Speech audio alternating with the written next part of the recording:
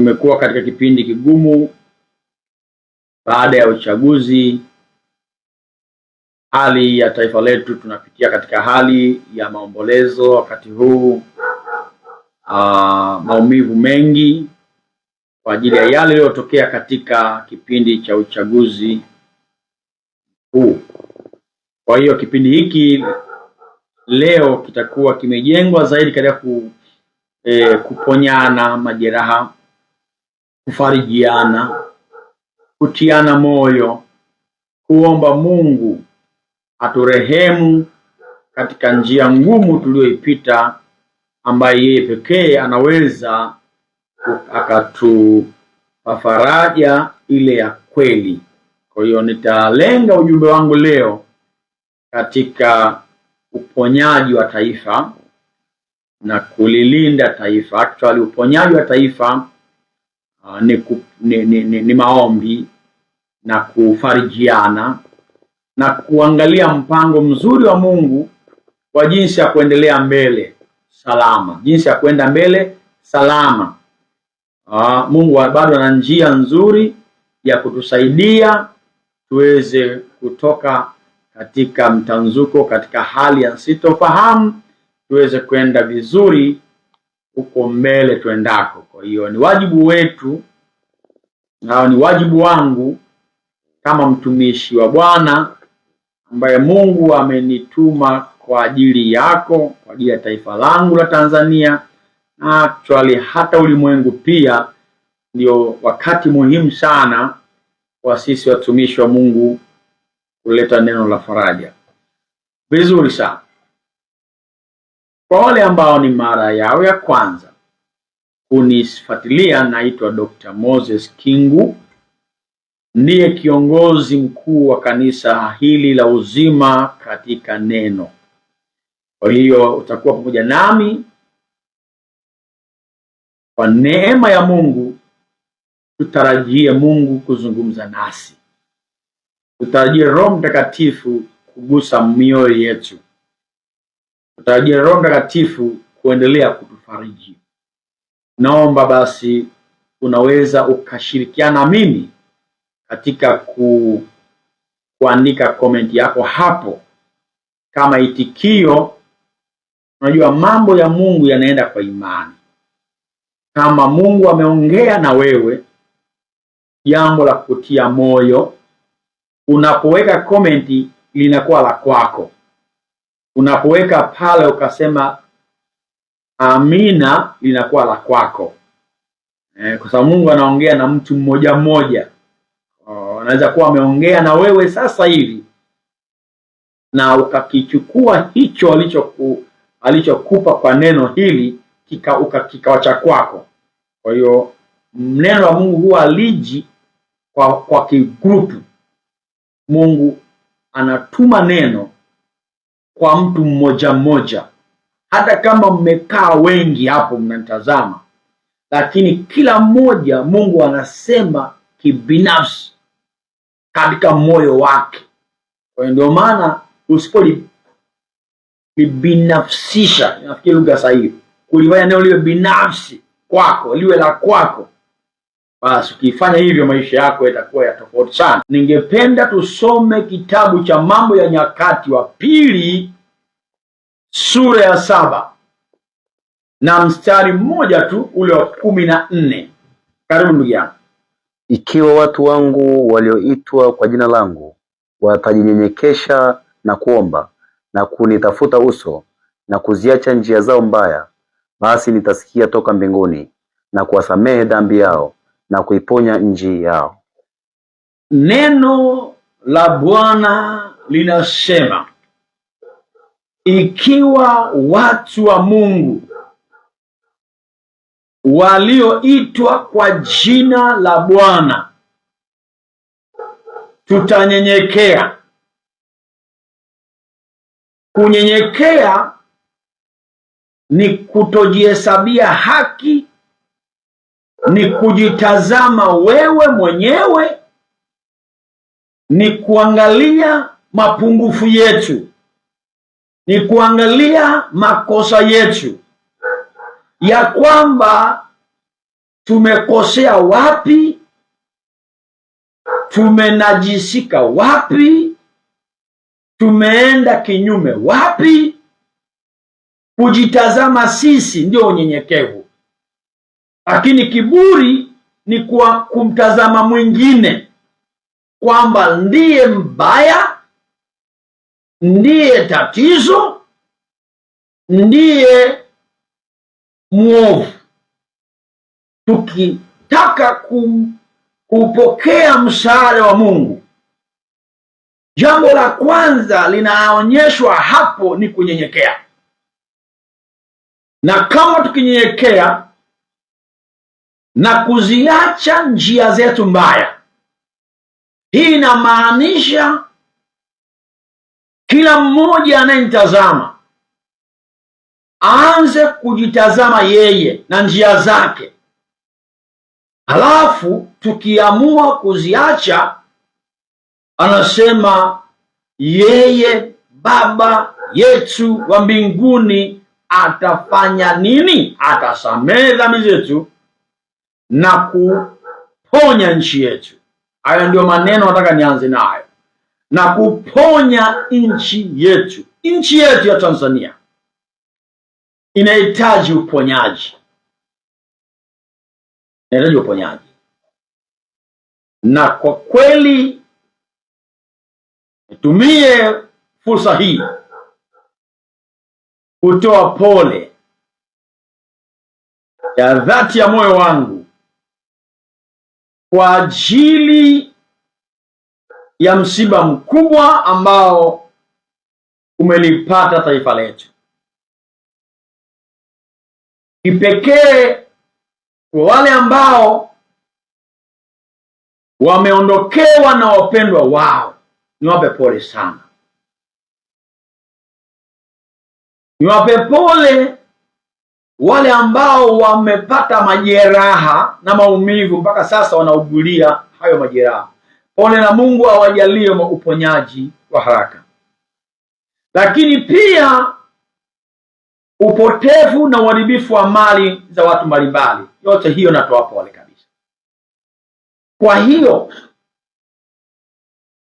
tupo katika mazingira ambayo kuna maumivu kwenye mioyo yetu kwa sababu ya hayo yaliyotokea. Wajibu wangu kama mtumishi wa Mungu ni kuleta neno kutoka kwa Mungu ili lituponye. Na uponyaji huu umegawanyika katika sehemu mbili. Tunapozungumza uponyaji wa taifa, tunamaanisha uponyaji wa watu ambao wamejeruhika sana, ambao wameumia sana, wako na uchungu, wengine wamekata tamaa, wengine wamepoteza matumaini, mambo yao yameharibika. Uponyaji wa mioyo ya watu. Lakini mbili ni uponyaji wa ardhi, taifa kama ardhi.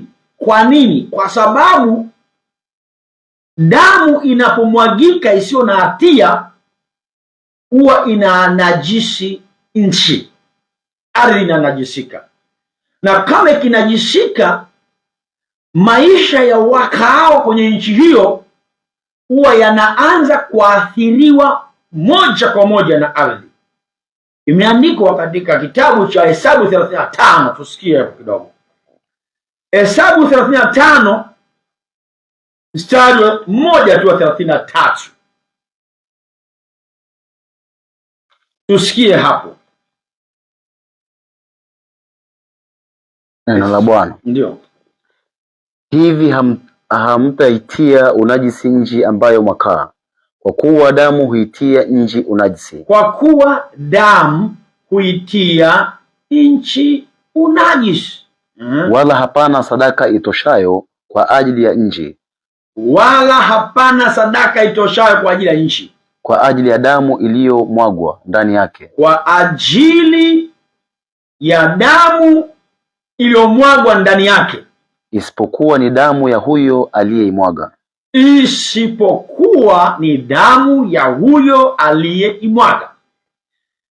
Maneno haya ni mazito sana kwa ajili ya watu iliyomwagika damu katika taifa letu. Ina maana tumenajisi nchi. Kwa hiyo tunahitaji tutubu, tumwombe Mungu atusamehe. Na hapa hatuna haja ya kumnyoshia mtu yoyote kidole kwanza, kwa sababu tunataka kuliponya taifa. Tunapotaka kuliponya taifa, tunaangalia tufanyeje ili tuponye taifa, kwa maana ya kwamba watu waliogawanyika kwenye mioyo yao, watu wenye vidonda kwenye mioyo yao, watu ambao wana uchungu kwenye mioyo yao, tuweze kuwaleta tena pamoja ili tuwe tena pamoja kama taifa moja. Na pili, taifa letu tuombe litakaswe, ile damu isije ikaleta damu zingine, ili kwamba isije ikaleta mateso katika uso wa nchi, kwani imeandikwa unajisi unakuja kutokana na damu zilizomwagika. Na kwa msingi ule tuko kwenye hali ya maombolezo, na nitataka kueleza hapo kidogo. Tuko kwenye maombolezo. Maombolezo ni jambo la muhimu. Maombolezo yana umuhimu wake, au kulia kuna umuhimu wake. Unapolia kuna uchungu unauachilia, unatoka. Ndio maana mtu aliyepatwa na jambo baya gumu, usimzuie kulia, kwa sababu anapolia ndio anapumua, ndio uchungu unatoka, ndio ile hali ya maumivu na uchungu unatoka. Kwa hiyo tuko kwenye kipindi ambacho tuko kwenye maombolezo, tunalia. Kibinadamu ni jambo la kawaida kabisa. Kuomboleza ni jambo la kufarijiana. Kwenye maombolezo, huko ndani, yaliyomo ndani ya kuomboleza, kuna kufarijiana huko ndani, kuna kutia moyo. Kuna watu wamekata tamaa, kuinua tena mioyo iliyokata tamaa. Kuna watu wanafikia mahali wanafikiri sasa kila kitu kimekwisha. Ni lazima kuenda kwa neno la Mungu na kuambia Mungu yuko bado, anakupenda na anaweza kukusaidia. Kwa ni muhimu katika kuomboleza kutiana moyo. Na kwa hiyo katika kuomboleza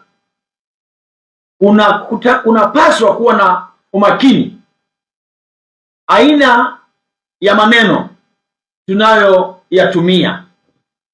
Ndio maana tunapaswa kuwa makini pia maneno tunaweka kwenye mitandao, maneno tunayosema sisi wenyewe, mawazo yetu, tunawaza nini, tunasema nini, na matendo yetu yanaweza yakachochea zaidi au yanaweza yakaponya. Kuna mifano hai ambayo nataka nikuonyeshe. Kuna gharama kubwa sana na ni ya tofauti ya mtu ambaye ameuguliwa na mtu, ingawa ni kifo na anauma, lakini kuna kifo cha ghafla ambacho kinakuwa kinaumiza zaidi, kwa sababu mtu hakutarajia. Taifa letu alikutarajia. Tulijua tunapita salama katika uchaguzi, lakini yaliyotokea ni aibu, ni fedheha. Sio desturi yetu, sio utamaduni wetu. Hatupaswi kuyavumilia na hatupaswi kutamani yatokee tena. Hatupaswi kutamani yatokee tena. Lazima tuone wapi tumejikwaa, wapi tulikosea, tufanyeje tuzuie isitokee tena. tuelekeze nguvu zetu katika uponyaji wa wale ambao, na sote kwa kweli tumeathirika sote kama taifa katika jambo hili. Hakuna aliyeshinda, hakuna aliyeshindwa, wote tumeathirika, tumeathirika wote. Sasa katika Biblia nataka kuonyesha tu uhalali wa kuomboleza, uhalali wa kuomboleza katika Biblia. Katika kitabu kile cha Mwanzo sura 50 mstari wa 1 hadi wa 3, taangalia hapo tuone Yakobo aliyekuwa ni baba wa taifa la Israeli alipofariki, walifanya maombolezo mazito sana. Tusikie kidogo hapo, nijenge kuanzia hapo ili ni kuonyesha wewe unayeomboleza, unayelia, usifikiri kwamba ni wewe umeanza. Kwa maumivu tunaomboleza na tunalia pia. Karibu. Yusufu akamwangukia babaye usoni, akamlilia, akambusu. Yusufu akawaagiza watumishi wake waganga kwamba wampake baba yake dawa asioze. Waganga wakampaka dawa Israeli. Siku zake 40 zikaisha, maana hivyo hutimizwa siku za kupaka dawa. Wamisri wakamlilia siku 70. Wakamlilia siku 70. Maombolezo ya kutisha. Endelea mstari wa 10 na 11. Wakaja mpaka sakafu ya Tadi iliyo ng'ambo ya Yordani, wakaomboleza huko maombolezo makuu mazito sana. Akafanya matanga ya babaye siku 7. Nao waliokaa katika nchi, wale wa Kanaani, walipoyaona matanga katika sakafu ya Tadi, wakasema, matanga haya ya Wamisri ni makuu. Kwa hiyo mahali pale paliitwa Abel Misri iliyo. Yusufu na ndugu zake na watu wengi sana walipofiwa waliomboleza siku 70. Waliomboleza muda mrefu sana, na walipokuwa wanaenda kwenye mazishi, kufanya mazishi, walilia sana, waliomboleza sana. Swali linakuja hivi, huyu aliyekuwa anaombolezewa alikuwa ni mzee ambaye, mzee kwa kweli anapofariki huwa ni sehemu ya sherehe, ni shukurani na kutambua mambo mazuri aliyoyatenda, aliyoyaishi, na kutambua zile kazi zake ambazo wametuachia ili tuweze kumuenzi. Ndio maana mtu aliye kama huyu, mzee kama huyu, watu hawalii sana, wanashukuru Mungu kwa zawadi aliyotupa. Ingawa mazoea ya kibinadamu huwa hayaondoki, hatuzoeagi. Hata kama ni mtu alikuwa anahudumiwa ndani kwa kubebwa nje na kurudishwa ndani, utaona watu bado wanalia, kwa sababu kuna hekima ambayo hataipata tena, kuna busara ambayo hataipata tena. Kwa hiyo kuna vitu ambavyo huyu mtu akiondoka havipatikani tena. Kwa hiyo tunadhani huyu mzee watu wangesherehekea tu na kushukuru, kwani kwanza alikuwa ni msingi mzuri kwa kuanzisha taifa la Israeli. Ndio maana leo wakuu waanzilishi wa mataifa kama kina Mwalimu Nyerere tunawaadhimisha kwa kukumbuka kazi zao nzuri, kukumbuka walioyafanya, walioyapigania, ambao walipigania. Tunaendeleza kuongea juu ya umoja, juu ya mshikamano. Hakuna ukabila, hakuna udini, muungano. Vyote hivi tunavisimamia sisi tuliobaki, kwani walipigania wao. Walipoondoka, sisi tuna waenzi kwa mambo mazuri waliofanya. Lakini sasa ni tofauti kwa kifo cha ghafla, na haswa ikiwa ni watoto na vijana. Inauma zaidi, maana tunaangalia vijana ni ndio future yetu. Vijana, watoto ndio future yetu, ndio hatima yetu. Kwa inauma zaidi, lakini inauma tena zaidi ikiwa ni ghafla sana, tena kwa tukio ambalo limekuja kama janga. Kwa maumivu, naamini hayaelezeki, hayabebeki, ni mazito. Lakini bado mimi kama mtumishi wa Bwana nina neno la kuponya moyo kama huo.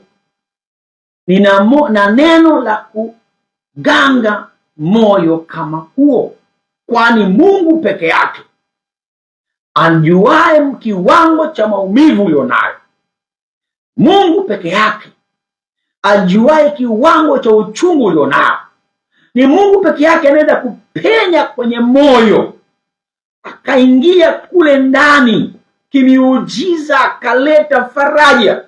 Lakini sisi tutatiana moyo, kama nilivyotangulia kusema pole. Sijui kama ile neno pole limekufariji sana, ingawa ni desturi zetu kuambiana pole, lakini Mungu huwa anaingilia ndani kwa ndani, alafu anaweka neno la uponyaji. Hata wewe unashangaa, hivi nimeweza kustahimili hali hii? Yakobo huyu tumwangalie tena. Yakobo, kuna wakati mmoja mwanae Yusufu, kwa hila tu ndugu zake walimuuza, alafu wakachukua ile kanzu, wakachinja mnyama, wakapaka damu, wakamletea kumwambia, tumekuta hii porini, bila shaka Yusufu ameliwa na mnyama mkali. Tendo lile, angalia itikio aliloliitikia huyu baba yake. Sura ya Mwanzo 37 mstari kuanzia mstari miwili 34 na 35. Hebu tusikie tuone, baada ya kupewa taarifa alifanyaje. Yakobo akararua mavazi yake, akajivika gunia viunoni, na kumlilia mwanawe siku nyingi. Wanawe wote na binti zake wote wakaondoka wamtulize, lakini akakataa kutulizwa. Akasema, la, nitamshukia mwanangu nikisikitika hata kuzimu. Baba yake akamlilia. Unaona, akajiapiza. Kuna watu wakati huu walioondokewa na mpendwa fulani au wapendwa wao, wanajiapiza maneno magumu, wanaomboleza kwa staili mbalimbali. Huyu aliomboleza kwanza, akavua nguo zote za uzuri, akavaa magunia. Hakuona thamani tena kuvaa kimnadhifu, hakuona thamani hiyo.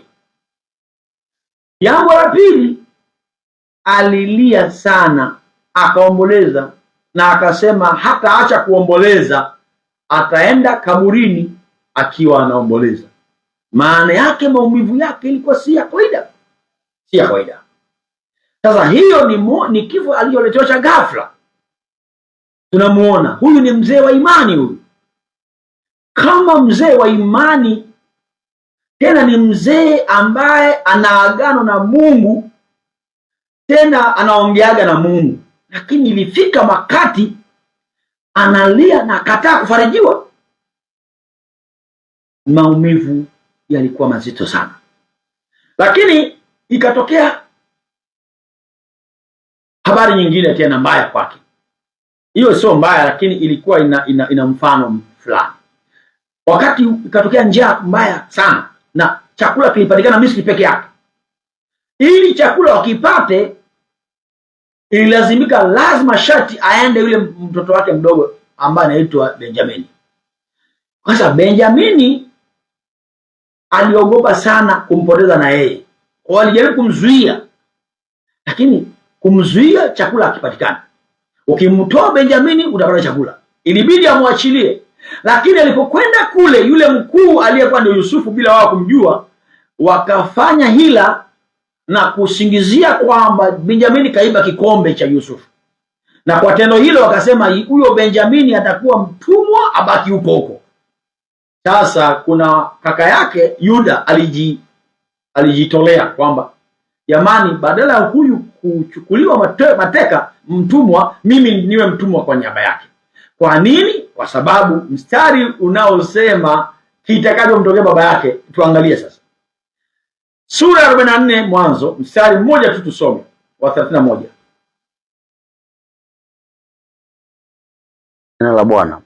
Itakuwa atakapoona ya kwamba huyu kijana hayuko, atakufa, na watumwa wako watashusha mvi za mtumwa wako baba yetu kwa huzuni kaburini. Kwa maana mtumwa wako anzia mstari 30. Basi nikienda kwa mtumwa wako baba yangu, na huyu kijana hayupo pamoja nasi, iwapo roho yake imeshikamana na roho ya kijana, iwapo roho yake imeshikamana na roho ya kijana, itakuwa atakapoona ya kwamba huyu kijana hayuko, atakufa. Basi unanisikia? Maana yake sisi binadamu nafsi zetu hushikamana na wapendwa wetu.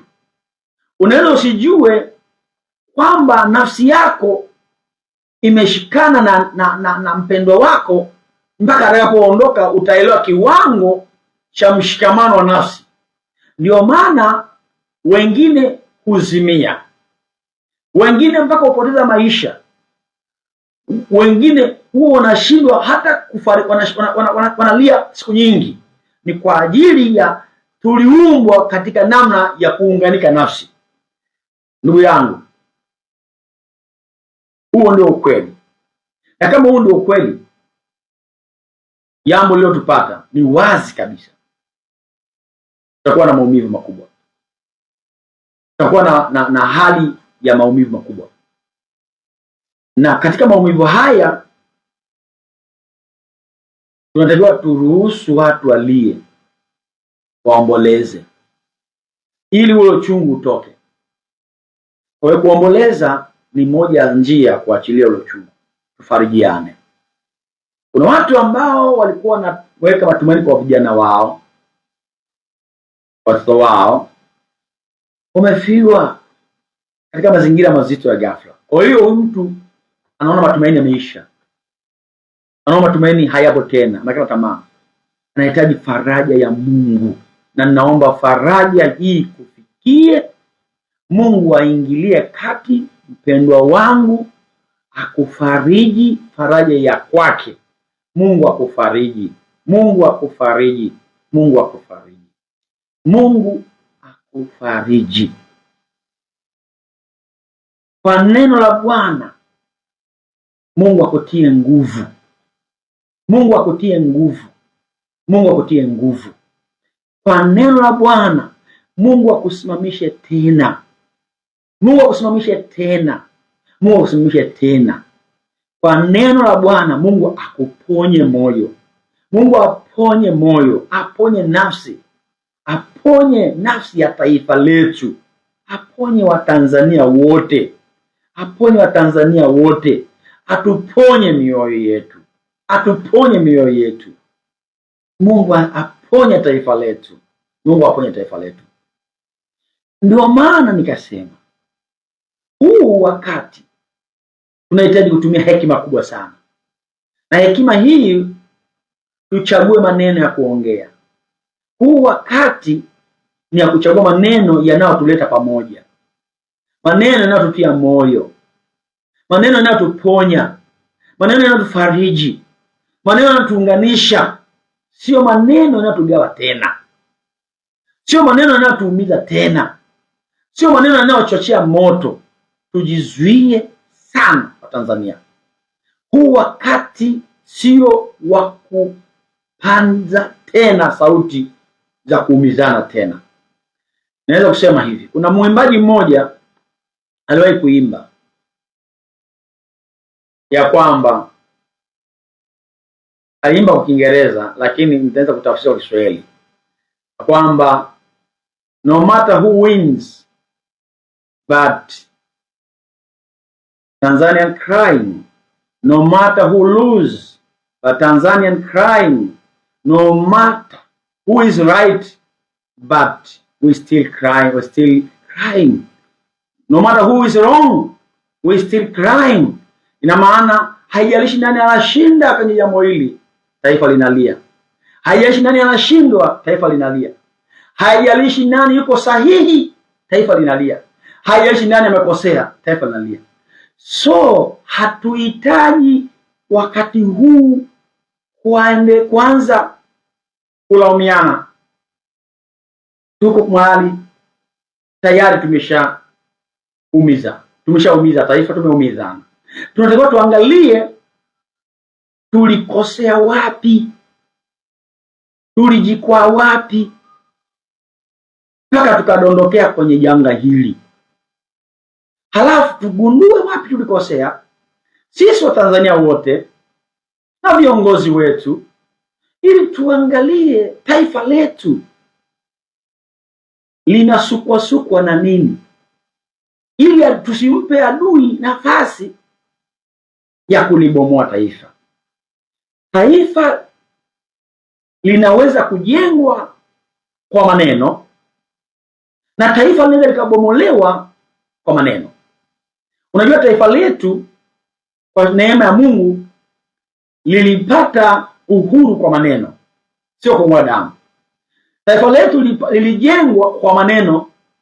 Mwalimu Nyerere na wenzake walijenga hoja na maneno. Waliongea maneno mpaka ukabila ukafa, maneno mpaka uchifu ukaenda chini, maneno mpaka tukapata kuwa ndugu katika nchi hii. Ndugu zangu, mimi nimesafiri katika Tanzania hii mikoa karibu yote. Nakumbuka wakati mmoja nilikuwa nafanya umishonari zamani sana. Wakati ule hata mambo ya simu hazijawa nyingi, bado hizo simu hazijaingia sana. Nakumbuka nilienda sehemu za Nyamtumbo, kule Simbati, kule Mtwara, sehemu za ndani, hakuna bodaboda wakati ule, ni baiskeli na kodi. Mimi kuna wakati nikienda nafikia kwa ndugu zangu Waislamu, nalala. Tena wananiachia chumba mali, nalala, wananipa chakula, naaga kesho naondoka. Mara nyingi tu nimekuwa na marafiki zangu watoto wa shehe, mwezi wa Ramadhani tunafunga, Pasaka wanafunga. Kwa hiyo na maana hii ilikuwa ni juhudi ya waasisi kwamba udini wetu haukutuwekea uadui, haukutuondoa kwenye undugu wetu. Sasa ni jambo lilifanyika kwa maneno. Maneno huzaa imani. Imani chanzo chake ni kusikia. Kwa hiyo kwa sasa angalia maneno inayoongelewa nchi yetu. Maneno haya sasa yanazaa kitu kipya. Yanajenga chuki, yanajenga uchungu, yanatamka taifa kwamba taifa la aina hii. Usifurahie taifa linavyotamkwa. Maana yake zamani taifa letu linatajwa kuwa ni kisiwa cha amani. Sasa angalia maneno yanayotamkwa. Tunatakiwa tutubu, Mungu alirehemu taifa letu. Tulisiwe kama vile ambavyo linatamkwa. Tunaomba Mungu aturehemu. Taifa letu libaki katika misingi ambayo tutakaa pamoja, tutabaki katika amani yetu. Amani yetu, kisiwa cha amani. Kwa tuangalie tulipojikwaa, ili wale ambao wanaona kuna haki fulani ambayo wanahitaji haki, wapewe haki. Na si kila mtu lazima apewe. Nilisikiza hotuba moja ya Mwalimu Nyerere. Anasema ili taifa lipate kuwa na amani lazima haki, watu wapewe haki zao. Lakini anasema si lazima kila mtu apewe haki, lakini matumaini ya kupata haki uko mbele. Hata matumaini tu ambayo uko mbele kuna haki tunataka kuipata. Hata hiyo inaweza kuleta amani. Sasa lazima tuweze kuangalia tatizo liko ni nini. Mungu atusaidie. Tuondoe malawama ili tuangalie tulipokosea, tuweze kuponya taifa letu. Ndugu yangu nanitazama, ni maombi yangu ya kwamba tugundue ni sisi wa Tanzania tumekosa. Tusimnyoshee mtu kidole, ni sisi wa Tanzania, hata wewe na mimi ambao ni watumishi wa Mungu. Biblia inasema watu walioitwa jina langu, sisi tunamjua Mungu, sisi ndio walinzi. Je, tumeombea taifa? Je, tumekaa kwenye nafasi zetu? Wachungaji, mitume, manabii, maaskofu, kweli tunabaki kuduko kwenye nafasi yetu sawa sawa, au tumeacha nafasi zetu? Ndugu zangu, hili liwe ni somo. Turudi kwa Mungu, turudi kwa Mungu, tunene kweli ya Mungu, turejeshe matumaini katika kizazi, katika taifa letu. Wale mwingine hata jamii inakosa tumaini kwa sisi wachungaji. Kwa nini tunafika hapa? Sisi ndio kimbilio. Kwa hiyo lazima sisi tukae upande wa Mungu kweli kweli, tulete msaada, tulete jibu. Sisi tusiwe na upande, sisi tukae upande wa Mungu ili watu watukimbilie sisi, kwa sababu sisi ndio walinzi wa taifa. Tuombee viongozi, tuombee wananchi, tuombe Mungu taifa letu lije pamoja. Viongozi wetu wameshasema kwamba lazima tukae pamoja, kuwe na mazungumzo, kuwe na maridhiano. Nafikiri hiyo ndio hekima na ndio akili. Hakuna ushindi kwenye kutunishiana misuli. Tutaumia bila sababu. Tukikaa ndio tutaonyesha hoja yangu ni hii na hili limepungua hili, ndio tutaongea hapo, taifa letu liweze kupona. Mungu akujalie, Mungu atujalie uponyaji, ila aliyepata dhahama hii, aliyepoteza mali, aliye katika hali ya majeraha apone. Mungu aponye, Mungu atuponye. Wale wote ambao wamepata majeraha kwa hospitali wapone, lakini pia tusizuie kuomboleza. Ningependekeza na kuomba watu waruhusiwe kuomboleza. Wakiomboleza, unajua Afrika msiba unakwisha pale ambako mtu ameombolezea mtu wake, amemzika, basi matanga yanaisha. Lakini mtu kama haombolezi na kuona sasa hili jambo limeisha, huyo mtu ataendelea kuomboleza moyoni. Kwa tujitahidi, turuhusu maombolezo yafanyike ili jambo hili liweze, amani iweze kurudi ya mioyo ya watu na uponyaji. Ninaenda kuishia hapo, nitaendelea kuongea tena, maana tumeweka maombi sisi ya mwezi mzima kuomba kwa ajili ya toba, kuomba kwa ajili ya faraja. Siwezi kuongea leo mengi, kwa hiyo ningependa, Biblia inasema hivi katika kitabu cha Mithali 19 mstari wa 11, mwenye busara huwa anaweza kuiahirisha hasira. Na yeye tu, hebu soma mstari. Tumalizie hapo. Soma mstari.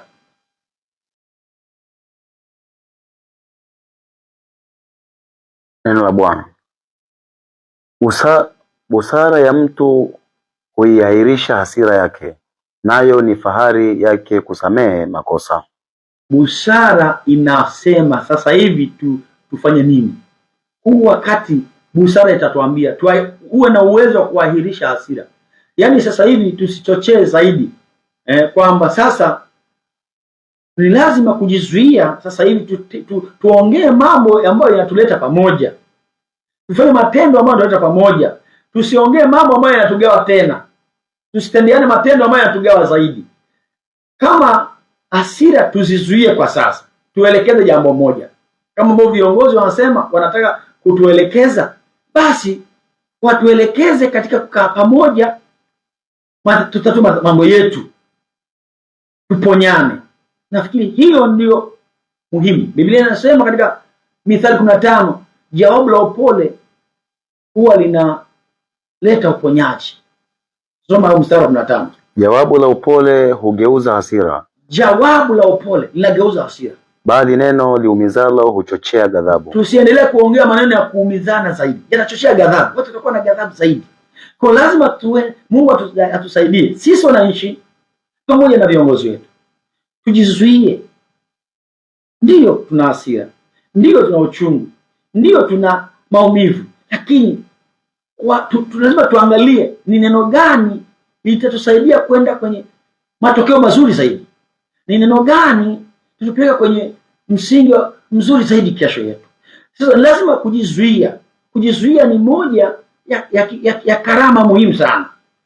Maana yake ni kweli ni kweli umetendewa jambo sio jema. Sasa kujizuia kuelekea kwenye kuleta suluhisho, ili ukae tena mtu ambaye unaona kwamba amekukosea, unaona kwamba yeye ndio amefanya jambo ambalo si sawa, ni kujizuia kwa ajili ya kuleta suluhu, kwa ajili ya kuleta msaada. Kwa lazima kujizuia.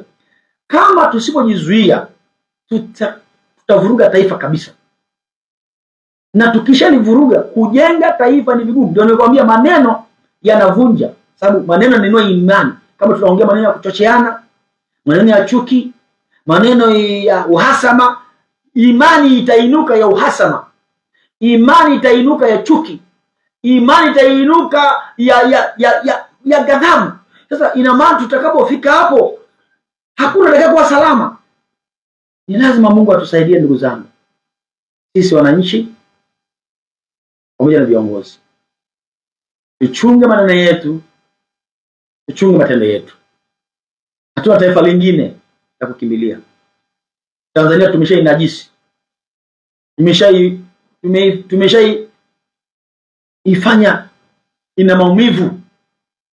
Sasa hivi tusiendelee kuiumiza Tanzania, tusiendelee kuumiza Watanzania, tuende kuponya na muamini Mungu, na muamini Mungu.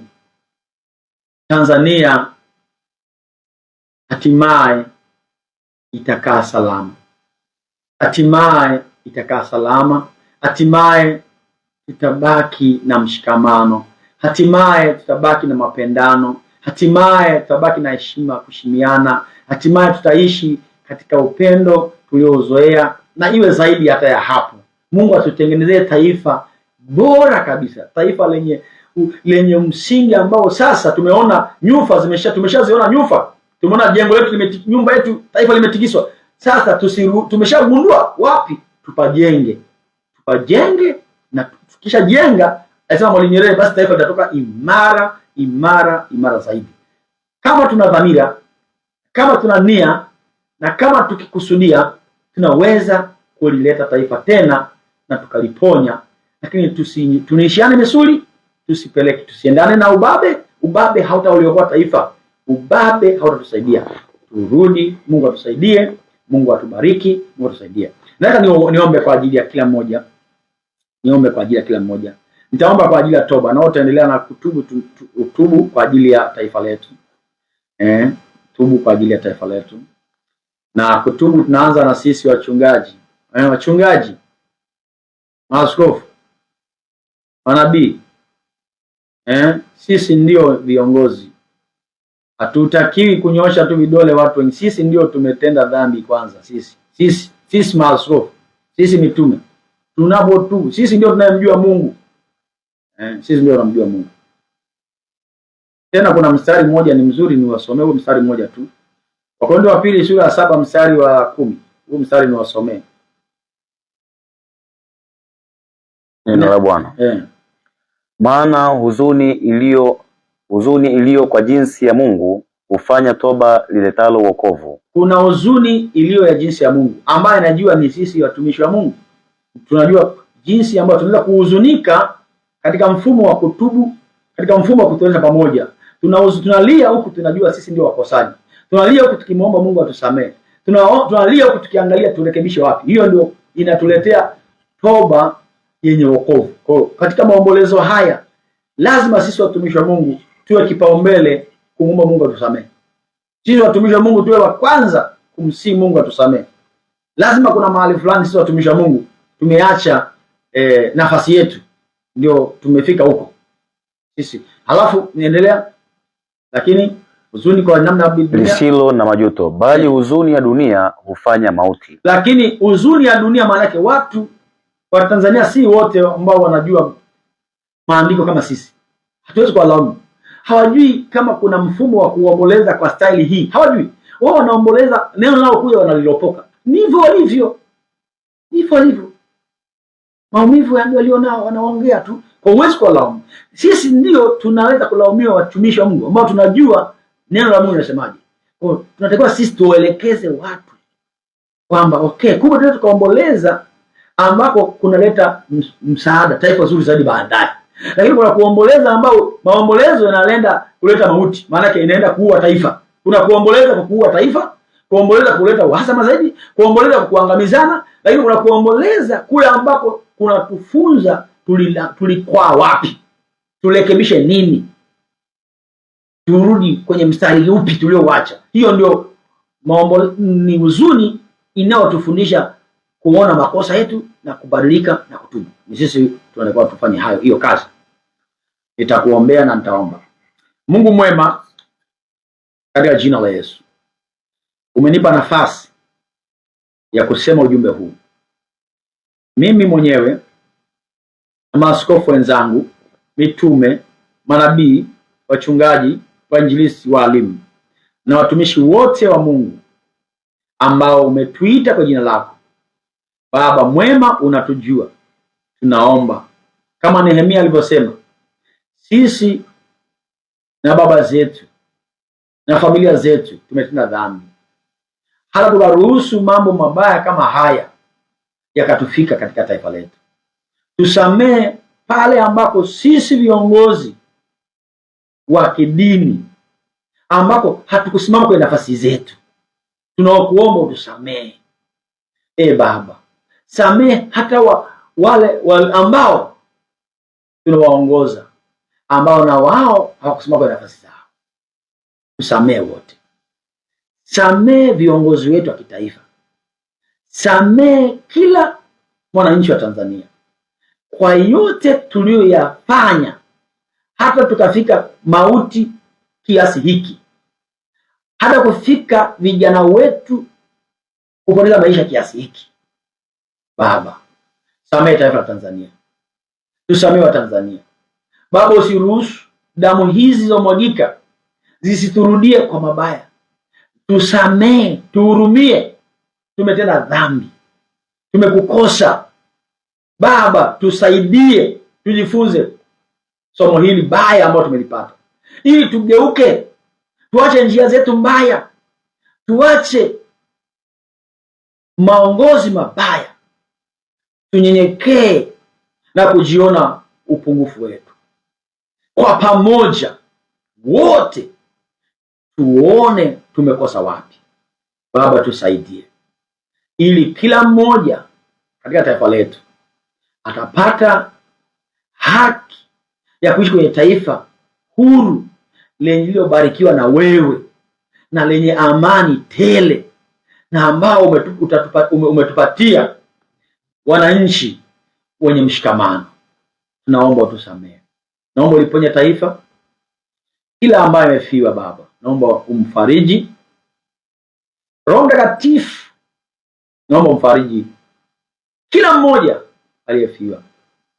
Naomba faraja yako pekee iingie kwenye moyo wake. Hakuna faraja ya binadamu inaweza kutosha. Baba, angalia yule kijana, angalia wale mabinti, angalia wale wanawake na wanaume ambao maisha yao yamepotea. Angalia ndugu zake wanavyoumia. Nani ataenda kuwasaidia?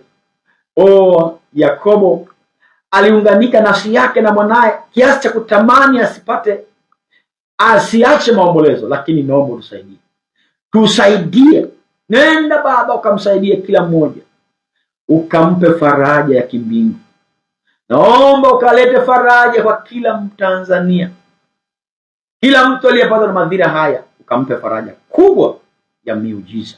Lakini pia naomba ukaponye wote waliopata majanga ya majeraha, maumivu, walio hospitalini, waponye Baba haraka. Naomba uponyaji wako, malaika wako aende akawaponya wote Baba, wakapone kabisa katika jina la Yesu. Waponye Baba.